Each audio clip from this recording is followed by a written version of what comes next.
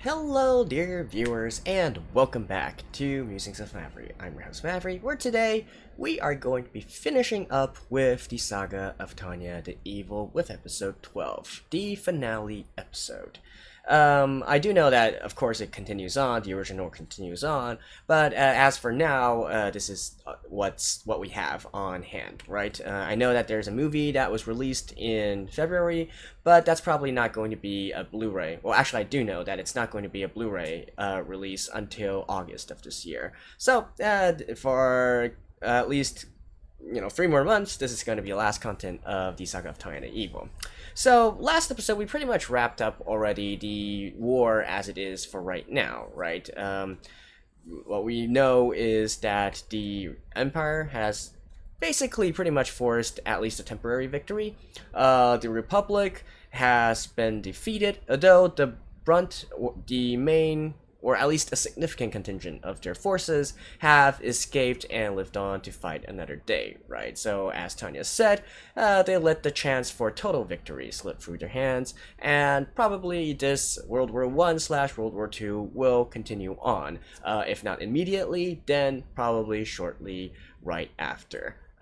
So from here on out, it's really pretty much new territory, right? And we don't really have much to base this on. So I will be interested to see how they pan out all the different aspects, including the original allies, the British, or in this case the Allied Kingdom, the Federation, the Russian Federation, and the United States as well as what the Republic is actually going to do. So let's just jump into the episode right now. Now let's begin in 3, 2, 1, play. Alright. The capital. Headquarters. Is Tanya gonna go there and give her a piece of her mind? And give them a piece of her mind.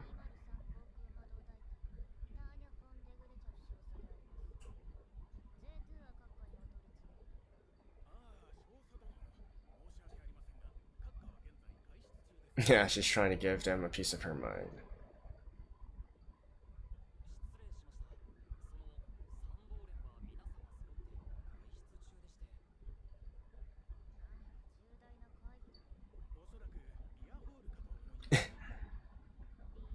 Celebrating.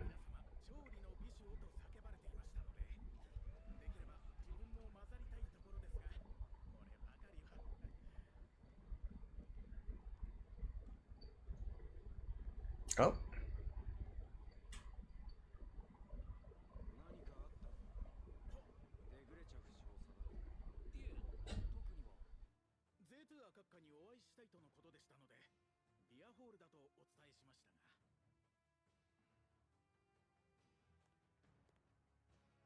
Oh, is he going to be the one to hear her out?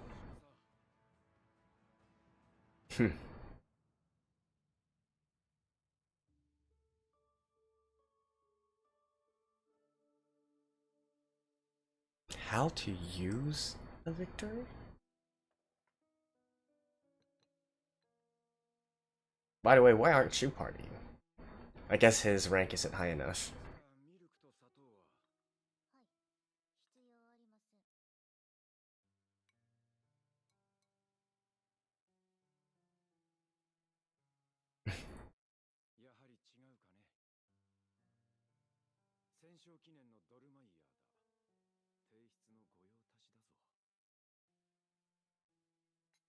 This is tea.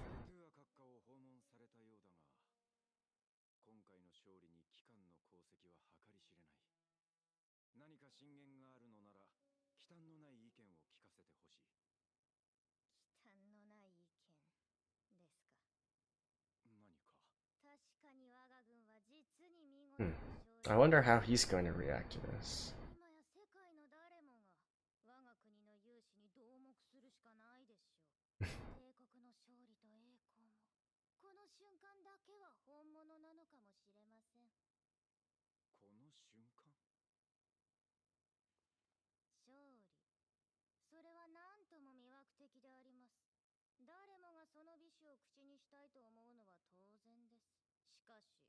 なぜ参謀本部はその勝利を活用なさらないのでしょう。 Not making use of this victory? 様子だと、もしかしたら怒鳴り込んでるのかも。まあ、心配はいらんだろう。でもいつもと明らかに。大丈夫ですよ。少佐殿がルール違反を犯すなんて考えられません。どうせ今頃は晩餐室でワインでもってそら無理か。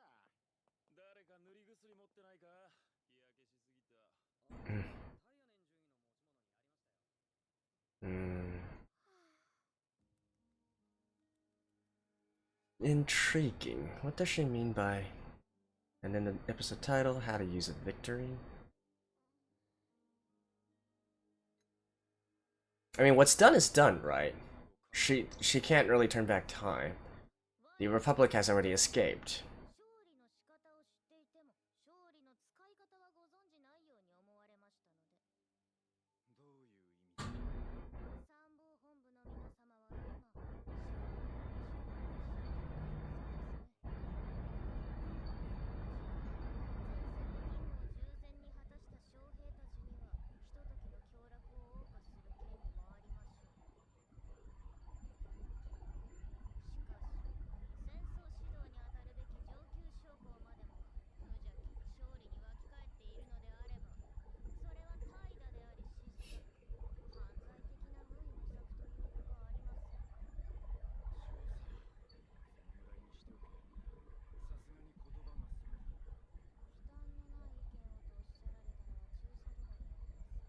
いくら軍神マルスに愛されているとはいえ、さすがに傲慢だ。I mean... お言葉です。神に愛されているなどとはにじむ。 You're not getting to the point, Tanya. 機関は卓越した先見性と判断力を有した類いまれなる将軍。仮に異能なる文章を買うだけか。機関の公明未遂について西方方面軍より抗議があるとする。召喚は与えられた権限内での行動を取ろうとしたまでです。規律違反を犯すような軍人でないことは分かっている。参謀本部より機関に与えられた権限は現場での摩擦を生むためのものだ。武君を誇るのは結構だが、一人で打ち立てたと思ってもらってはいけない。共和国は首都を制圧されたのだ。これ以上の交戦は無意味、有害です。 Like, why don't you just explain the whole thing, Tanya? 戦争を続けようと Ugh. いう理由がどこにある。近代国家において軍とは国家の暴力装置で、国家自体を犠牲にしてまで戦い続けるなど狂気の沙汰でしかない。いかにもその通りです。であれば何故期間は戦争が続くとの主張を。僭越ながら申し上げます。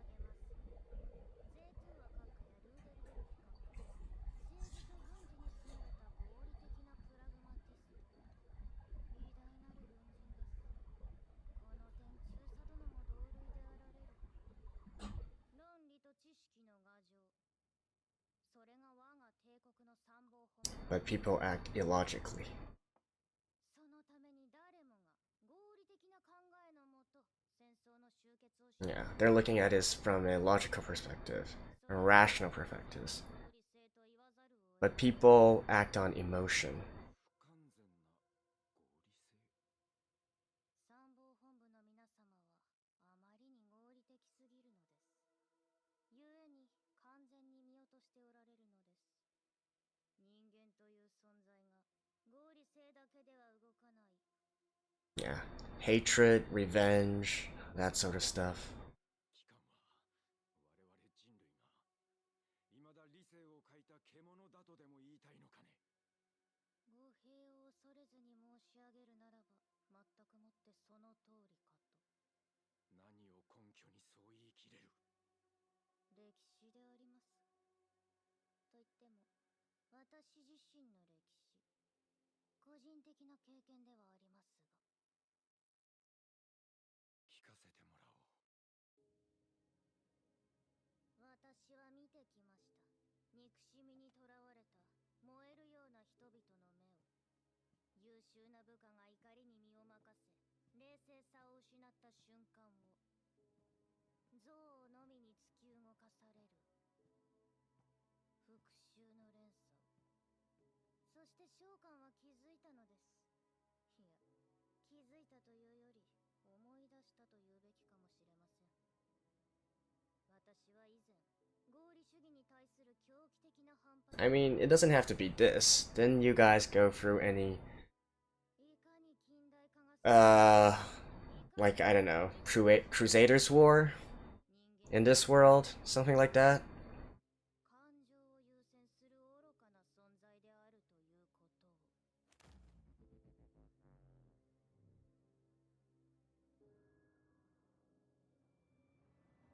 憎悪にとらわれた人間は打算も合理性も損得さえ抜きにどこまでも抗い続けます。だからこそ召喚は申し上げずにはいられないのです。我々はかりそめの勝利になぞ酔いしれるべきではない。憎悪の火はすべて消し去らねばならないと。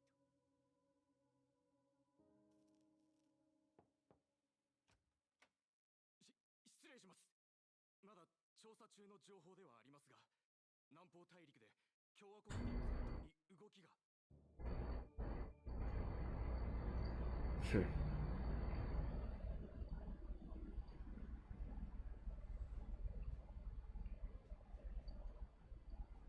Alright. 自由を愛する共和国市民として、誇りある共和国市民として To come back.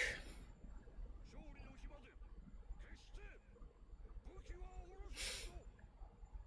我が戦友諸君もその力を貸してくれようとしている。我々に世界の命運がかかっているのだ。よって私は今祖国を代表する自由共和国の一員として帝国への徹底抗戦をここに宣言する。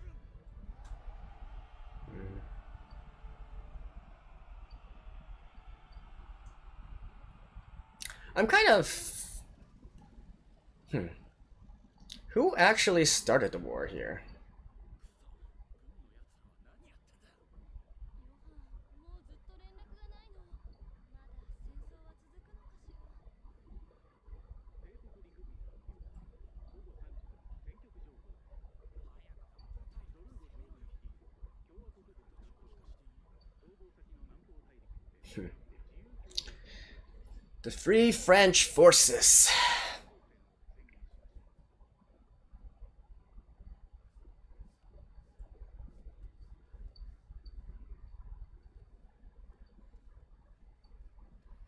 宣言しました。いつまでこん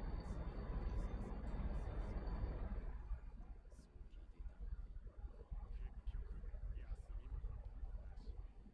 またいつもの最前線で泥だらけになって冷めたご飯か。至難の戦場。わずかな報酬。権林弾雨の日々。絶えざる危険。 A recruitment poster. 生還の暁には名誉と称賛を得る。大体の募集要項ですか？ああ、最後の文句以外は真実だったな。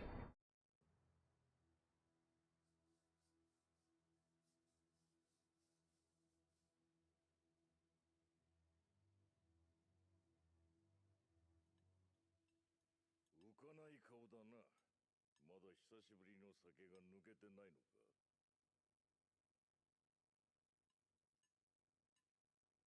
自由共和国軍とやらは着々と戦力を拡大中だそうだ。協商連合の生き残りや連合王国も Allied Kingdom? たらしい。 Survivors from the Allied Kingdom? 進んでい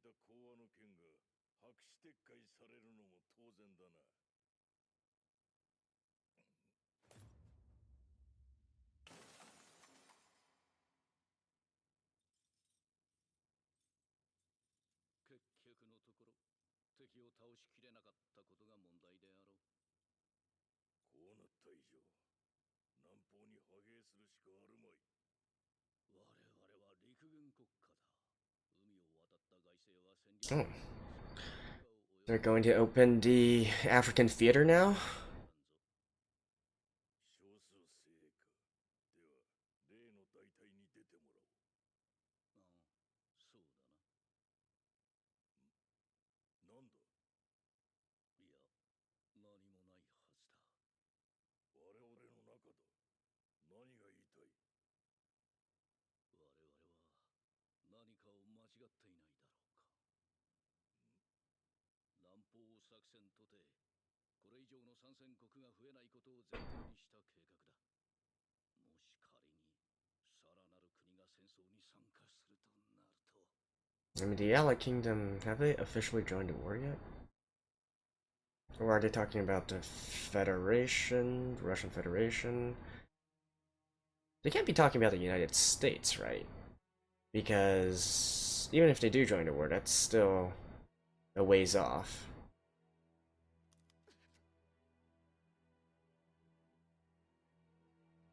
Like, come on, Tanya. Since you tout rationalism and all that, doing this is irrational.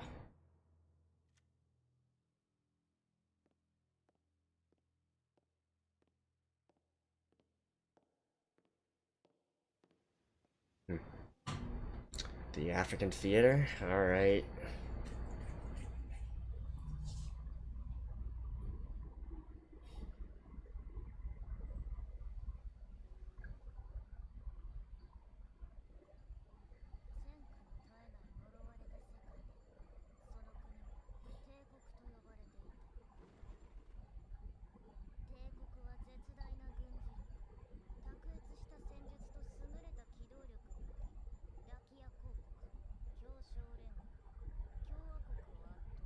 Mm-hmm.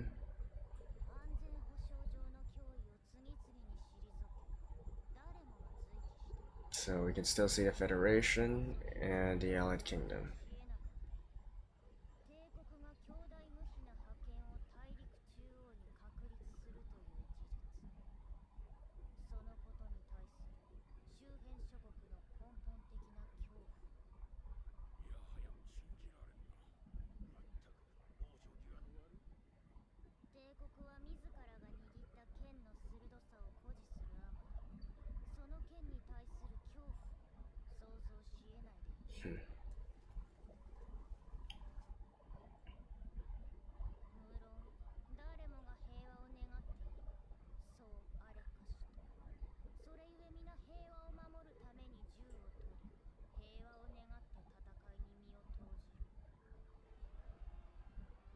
And this won't end.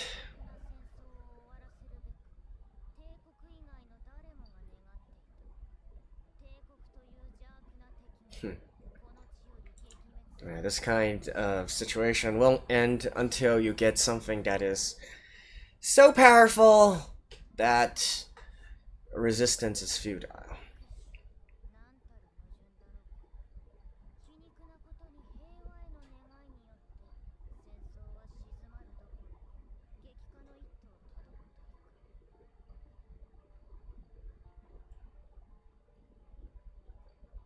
I'm talking about the atomic bomb, by the way. 確かに、合衆国軍は現在、友好国に派遣される義勇派兵部隊の志願を募っていますが、メアリー・スーさん、あなたが Oh, 志願できる最低 she's gonna volunteer? もっとじっくり考えてから決断をしても遅くは。いえ、志願します。心意気は大変嬉しく思いますが、戦場に出れば怪我をするかもしれませんし、命を落とすことだって。 Oh, no shit. 覚悟はできています。お母様、それに亡くなられたお父様もきっとあなたが平和な地で過ごされることを願っておられるはずです。 If I don't fight, I don't have a peaceful place to return to. Something like that.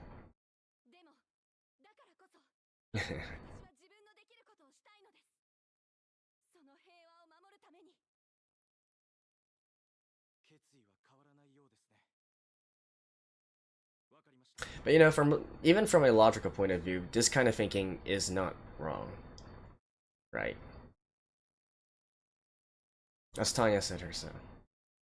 私は守るべき平和のため、何より大切な家族のため、力のすべてを費やします。もう二度と帝国によって家族を失う悲しみが繰り返されない世界を作るために、そして神の正義をなすために、主を信じる善良なる心に誓って、神のご加護があらんことを。 Seriously?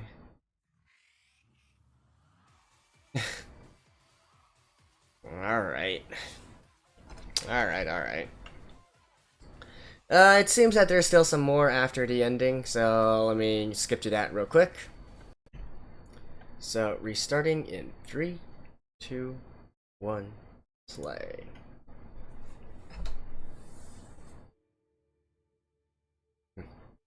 Africa.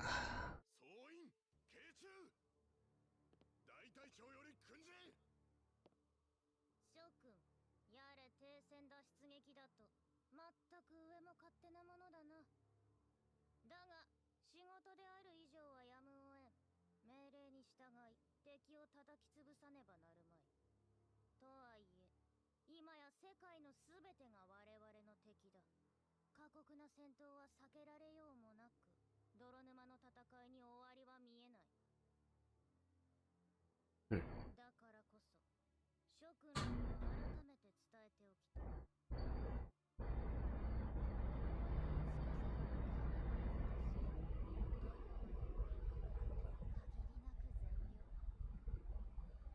まりにも偉大な存在であろう。神とやらは異常な運命ばかりを突きつけてくる。それが世界に課せられたルール。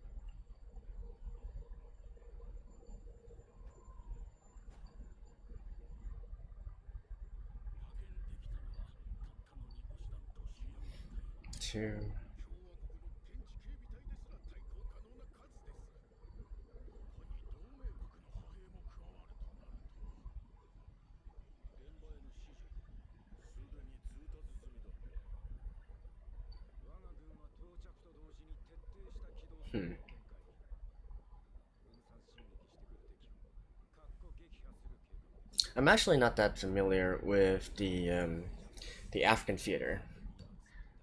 I believe that was where Rommel went, right? General Rommel? 程度の戦力では確かにごもっともな意見だ。そこでだ。私は今ここに改めて宣言する。はあ。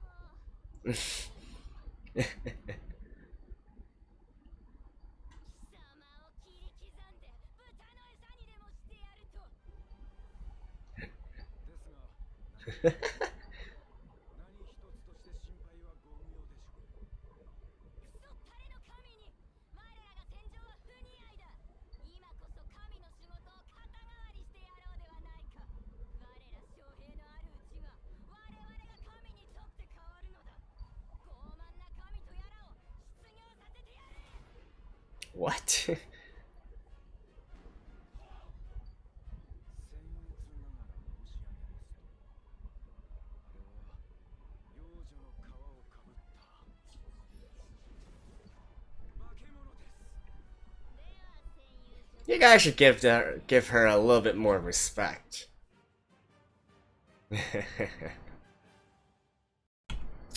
Alrighty, so that concludes this entire first season of the Saga of Tanya the Evil. Now, where they left off, I think it's basically referring to the North African campaign. I call it the African Theater. So it's basically a period in World War II where the Allies and Germans were fighting in North Africa, right? And like I said, from Germany's perspective, that was when Rommel was leading the Afrika Corps in Africa. And that's also the place where Montgomery, I believe he's called Montgomery, General Montgomery, and was it Patton? I believe Patton also made a name for himself in the African theater as well. So it's probably referring to that as a historical event, although the circumstances are a little bit different, right? So in World War II, the reason that the Axis forces went to Africa was because of Italy, basically. Italy wanted to invade, or maybe not invade, but protect its assets in Africa, was handily beaten, and then requested Germany for help. And so Germany then sent an expeditionary force under Rommel to Africa. And in this part, it does parallel back to the anime again, because Germany didn't actually send out that big of a force to Africa. So similar to what happened within this anime as well, where they only sent the bare minimum of a force. So I guess this is where the story is going to continue. We're now really full-fledged into World War II, I guess you could say, combining both world wars into one.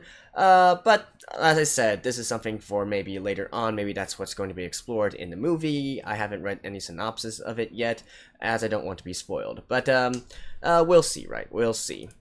Now, beyond that, there's a few concepts that were talked about this episode, right? So, especially in regards to continuing the war. And here I feel like it's pretty interesting that actually there are two reasons to continue this war, and they're both on opposite sides of the spectrum. One is irrational, and one is purely rational, right? So let's talk about the irrational one, right? Emotional driven.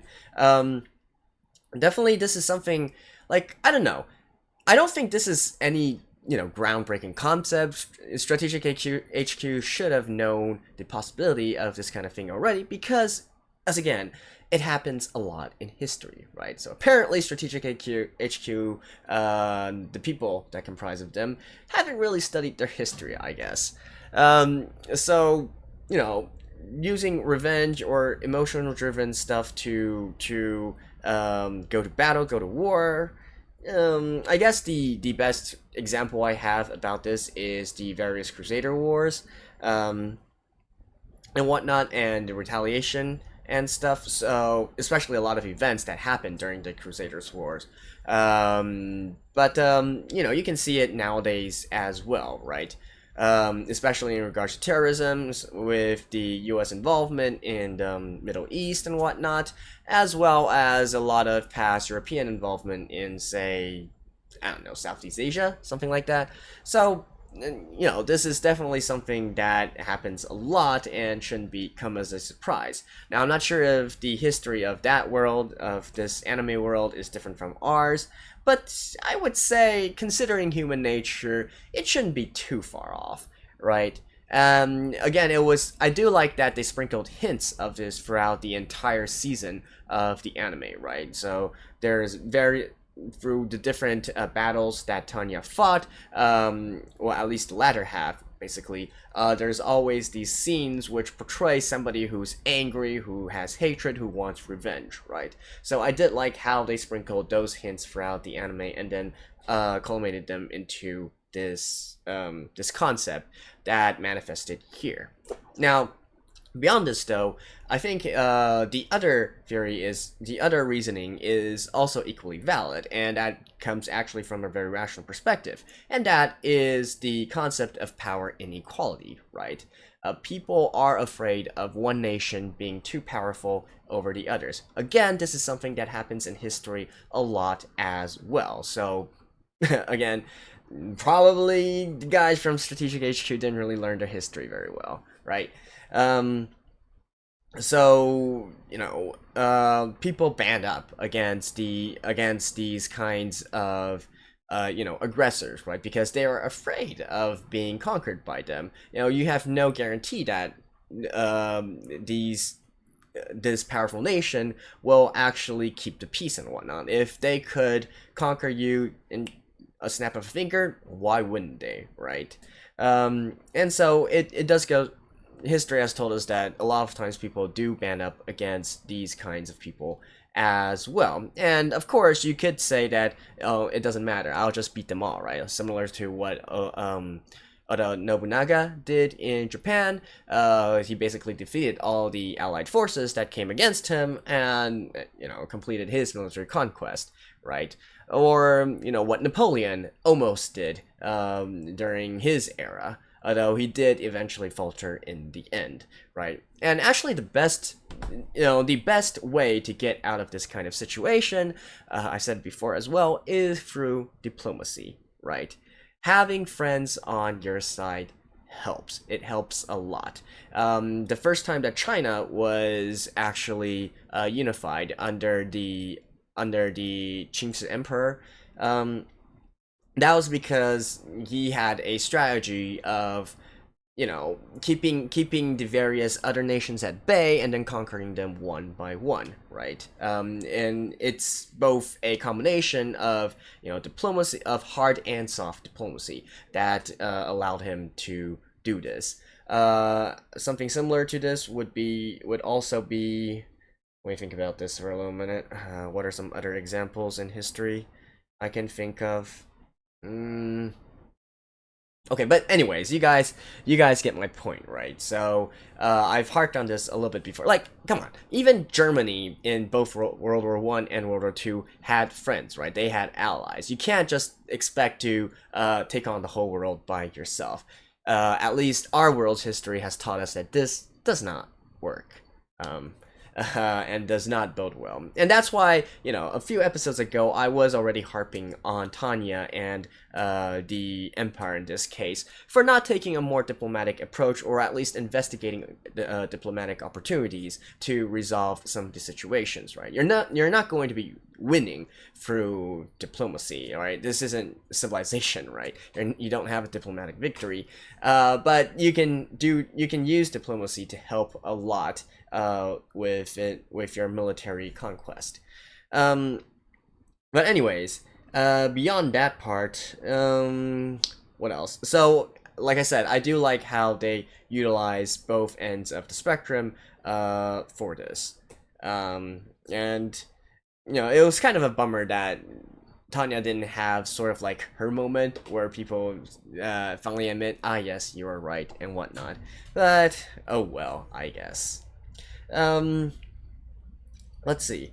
And beyond that, in regards to this episode, I guess one final thought would be in regards to Tanya, cursing being X again, right? So I've talked about this at length already. I really still have no idea why she's being so adamant. Like, sure, you can think that being X is a piece of shit. You don't need to shout it out loud and publicly defy him, right?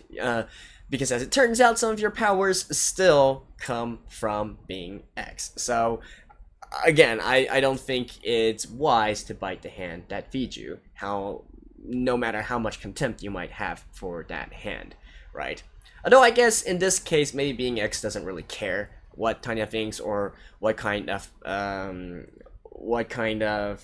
what's the name for it again? What kind of propaganda? Not propaganda. What is it?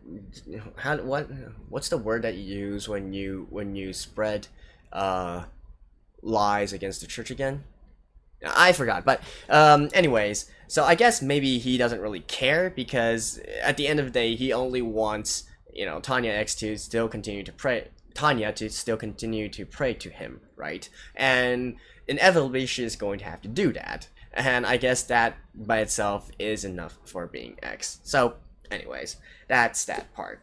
And alright, so that's pretty much all I want to talk about in regards to this episode. So, since this is the finale, let's talk about this whole series as a whole, right? What I liked about it, what I didn't like about it, and so on and so forth. So, let me start with the things that I felt could have been done better, right? In terms of it being, in terms of it having things that can be improved on, first of all, I would say I went into this series actually expecting there to be a lot of philosophical debate, if you will, or more moralistically, more of a moralistically ambiguous situations that you could take either side on, especially since they seem to be sort of trying to portray Tanya as a more villainous like character, right? Even calling her Tanya the evil, right?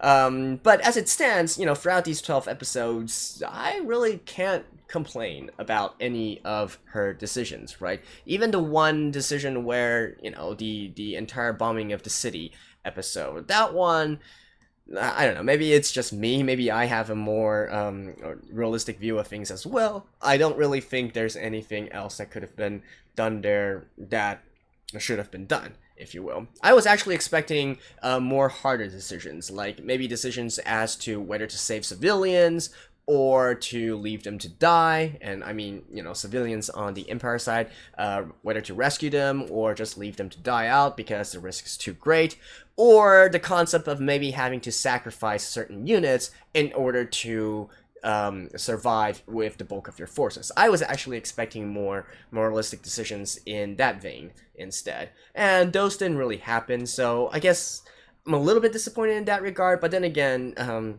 since those hard choices do take a toll on, an enjoyment of the episode as well, I wouldn't really say that I wish it was there. It's just that I went into this expecting more harder moral choices, if you will.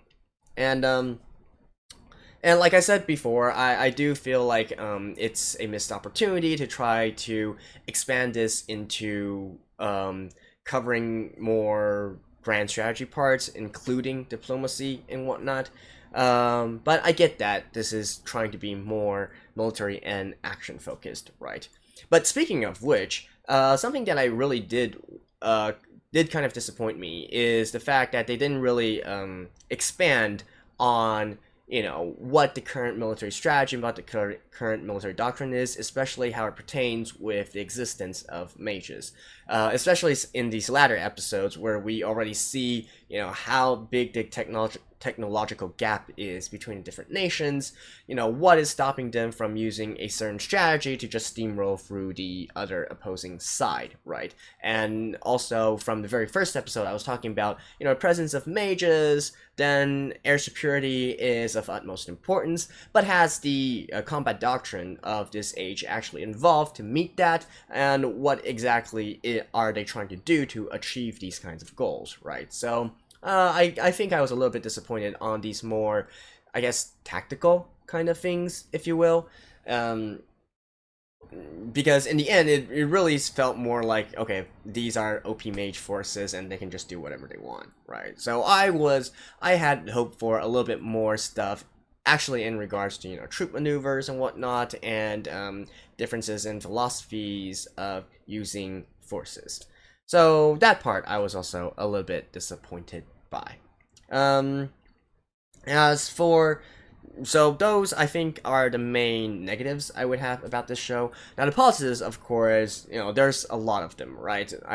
First of all, I really like the entire theme of this, using World War One, World War Two, having all these different weaponry, and also combining the subject of magic, right? Putting fantasy into this more close to modern situation. Now that is something that I really dig a lot, and they managed to integrate it into, it's not like magic as in fluffy magic, or having a lot of fire magic, water magic, that kind of stuff, but more, I guess you could say, energy based, projectile based. So still you can see how it can be rooted in realism as well, even though it's using magic. So I did like how they managed to combine these elements, and the animation for this is actually pretty damn good, considering that this is not something I would have thought would stand out for its animation, right? The the battle replications, the sound effects, the visual effects for the mage battles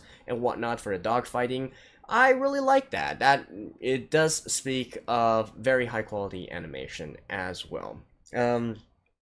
I like the characters. I do like Tanya as well, although sometimes, I feel like she kind of gets infuriating with the way that she is stubborn in a sense.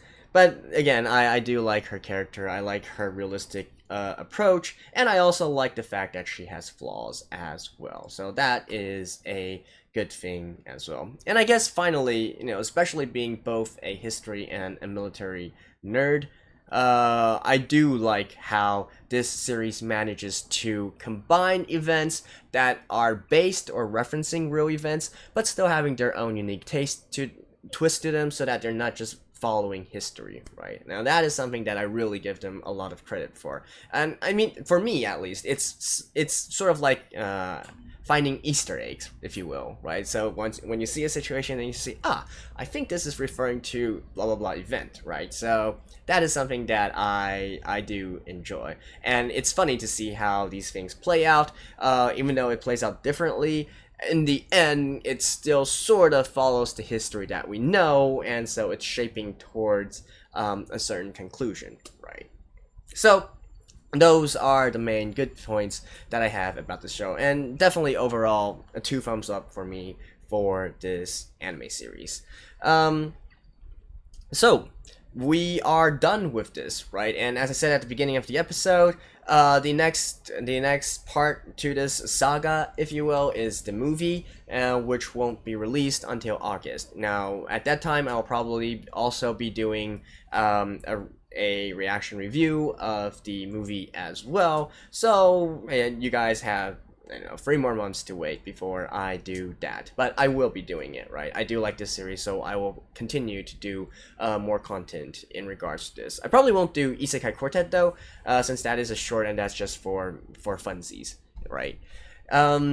So in the meantime, if you guys have anything similar to this in a way, like if you guys have been watching so far, you already know the ways that I like to do my shows, trying to talk more in depth or do some speculation in regards to different things. If you guys have anything in a similar vein to recommend to me that I watch, I am open to all suggestions. I will at least look at them. I won't say I will do them 100%, but I will at least look at them and see if it's something that I'm also interested in, right? So it could be military, it could be just stuff that requires more analysis, if you will, or maybe more historical based.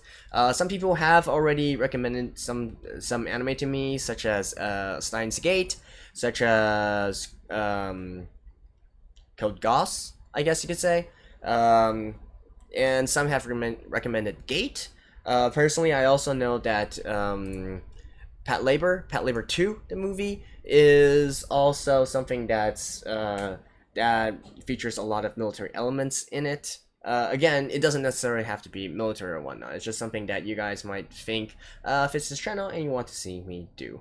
But those are the 4 that I think has been brought up already to my attention.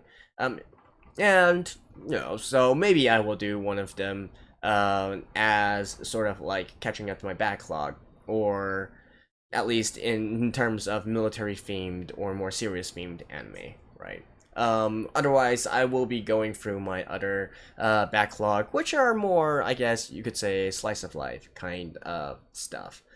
But so yeah, hope you guys have enjoyed this series. It's been great seeing the support from you guys. I definitely didn't expect that many people to watch this, considering that this is a 2-year-old anime. So, again, big shout out to you guys, and big shout out to those who left comments, leaving a lot of supplementary information and whatnot, that, it's interesting to me, and I'm sure it would be interesting to others as well.